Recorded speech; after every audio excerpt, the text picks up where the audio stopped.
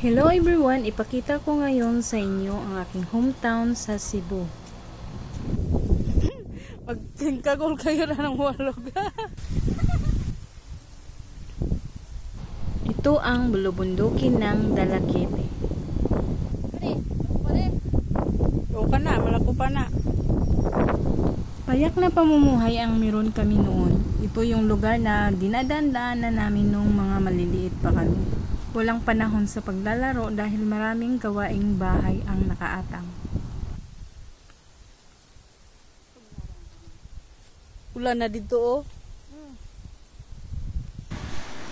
Noon ang lugar na to ay walang kuryente, walang tubig, walang kalsada. Pero ngayon nag-improve na siya. Meron na siyang kalsada, may kuryente at may tubig na. Ang hirap ng buhay noon.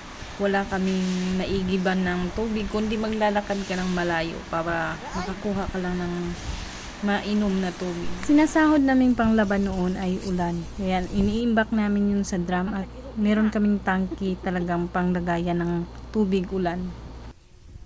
Ari ta diri agi ay. Diri oh. Iro din ha.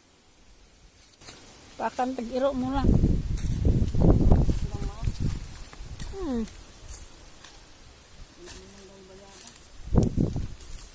Wala na, tangol pa ko sa biyabas.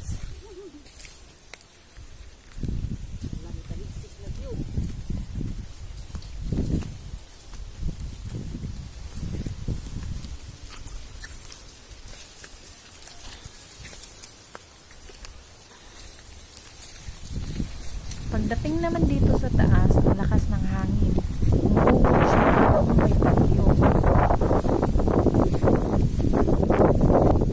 Dito may makikita kang patag. Ito yung tinatawag nilang plateau. Yung patag sa ibabaw ng bundok. Pero hindi naman siya ganun kataas na bundok kasi mamaya bababa tayo kunti. Makikita natin doon yung aming old house. Ito yung lugar na gusto naming balik-balikan kahit hindi siya magandang lugar pero namimiss namin dahil dito kami lumaki. Kaya umuwi kami isang beses sa isang taon. Pero kung walang budget, may next year naman.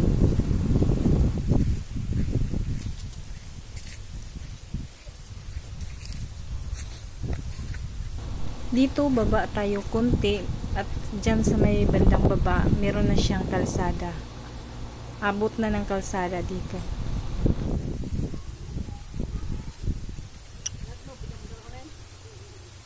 Di na.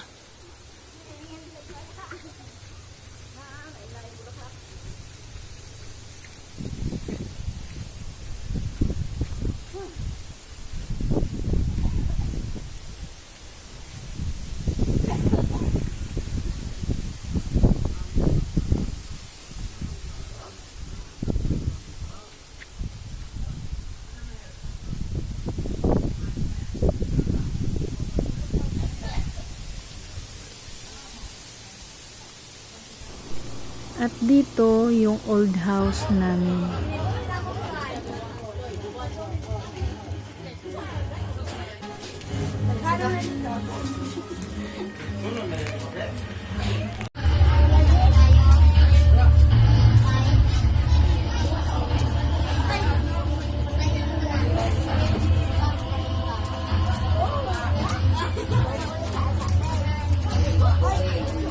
At ang mga batang nag-uumpukan, naglalaro sila habang nanonood ng TV.